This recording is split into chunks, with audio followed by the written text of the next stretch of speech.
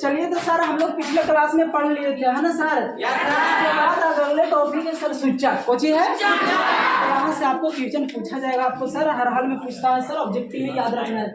ठीक है। तो सबसे पहली बात अगर बात किया जाए सूचक का, किसका? सूचक बोलता है बोलो वैसा पदार्थ, वैसा जो आम्ल तथा भस्म के द्वारा आम्ल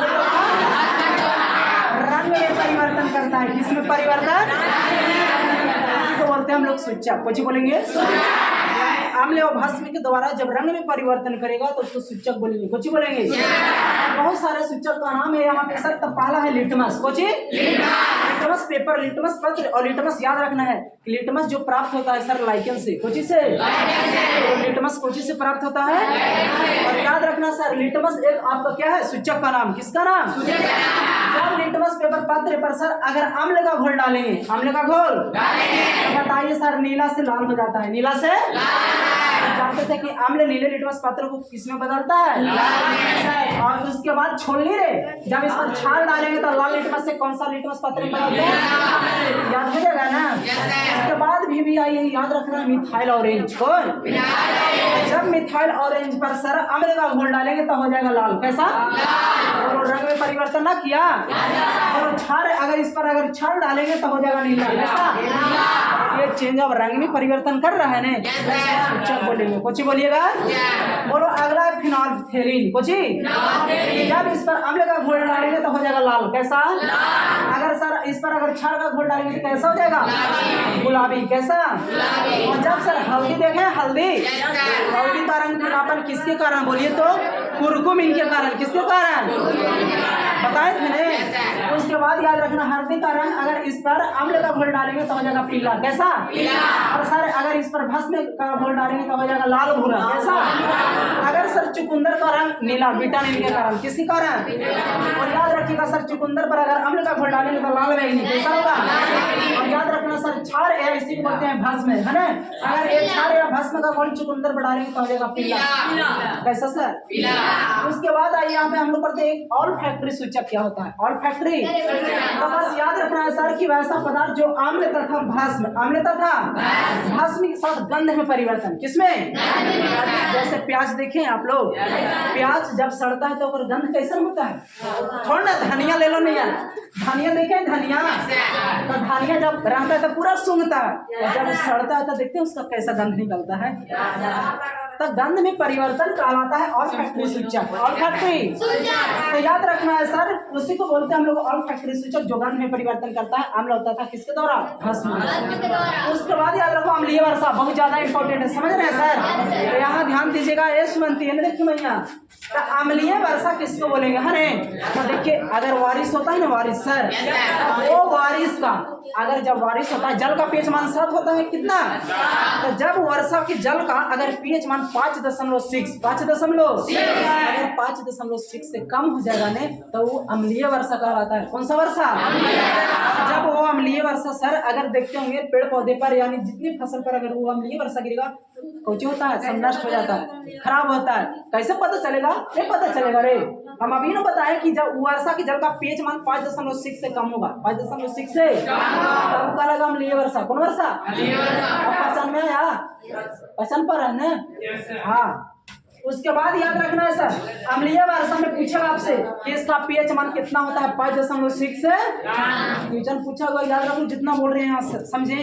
बोलो अम्लीय वर्षा का pH मान 5.6 से। अगर आपसे बात किया जाए सर कि अम्लीय वर्षा में क्वेश्चन पूछा हुआ है अम्लीय वर्षा में कौन सा गैस जिम्मेदार होता है, तुम्हारा SO2 तो वहाँ पे अकेले मिलेगा। सुन लिया सबको? अगर आपको SO2 को बोलेंगे सल्फर डाइऑक्साइड, कुछ पढ़िएगा।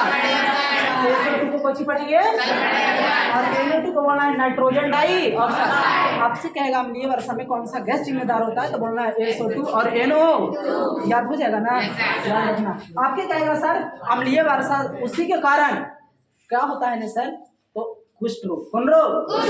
वही कुष्ठ रोग को बोलते हैं हम लोग हैंसन रोग। कौन रोग? याद हो जाएगा ना। तो बोलो अम्लीय वर्षा का pH मान 5.6 से अम्लीय वर्षा में कौन सा गैस जिम्मेदार है? SO2 और याद हो जाएगा बाबू। उसके बाद आ जाएगा हम लोग सर यहाँ अब पढ़ना हम लोग का दैनिक जीवन में pH मान का क्या महत्व होता है ना। तो सबसे पहला बाबू याद रखना है कि हमारे दैनिक जीवन में pH मान का महत्व निम्न है कि ना। अगर pH मान नहीं रहेगा सही तरीका से जितना चाहिए उतना तो नुकसान तो होगा, है कि ना। तो पहला है सर हमारे शरीर का pH मान। हमारी जो बॉडी है उसका शरीर का जो pH मान होता है वो 7.0 से 7.1 पूछता है। जो मानव का शरीर है वो pH मान कितने परास के बीच कार्य करता है। तो याद रखो VVI किचन है, बात समझ रहे हैं ना। याद रखना है, पूछता है बहुत 7.0 से 7.1 याद हो जाएगा। उसके बाद दूसरा सर याद रखना वर्षा जल का pH मान 5.6 से कम, यानी वर्षा जल अगर 5.6 से कम हो जाएगा तो पूरा फसल जितना बर्बाद नहीं हो जाएगा। तेरा सर वो अम्लीय वर्षा से जीव जंतु पर भी असर पड़ता है, कुष्ठ रोग हैंसन रोग हो जाता है। तो बोलिए नुकसान है कि नहीं। इसलिए वर्षा जल का pH मान अम्लीय वर्षा का pH मान कितना?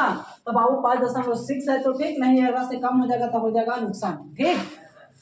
अगला याद रखना है दांतों पर pH मान का प्रभाव। दांतों पर pH मान का जब दांत का pH मान बोलो 5.5 होता है, दांत का pH मान 5.5। देखिए सर अगर 5.5 से कम होगा तो ऊपरी वाला परत एनामेल नष्ट हो जाएगा। कुछ होगा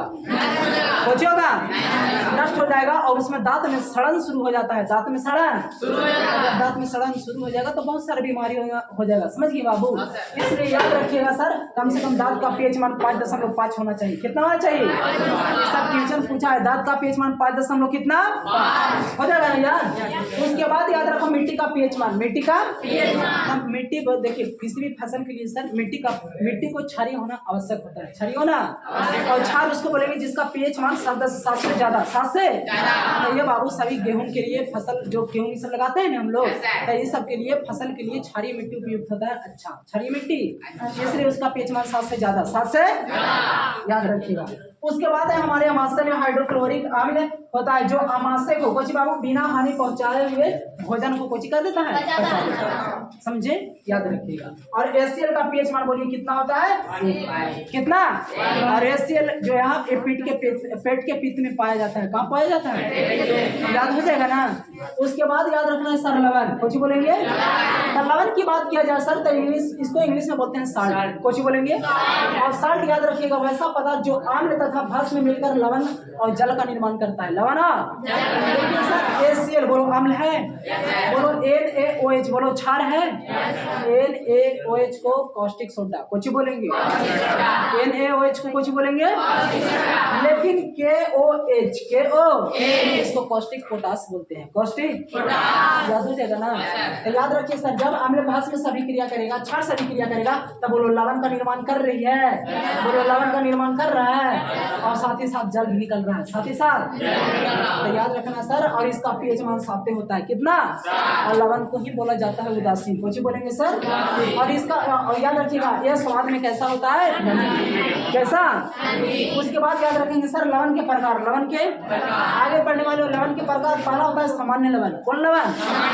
और दूसरा है अम्लीय लवण। कौन लवण? अगला है आपका भास्मिक लवण। कौन लवण?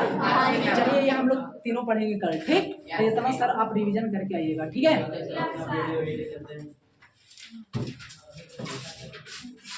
अगर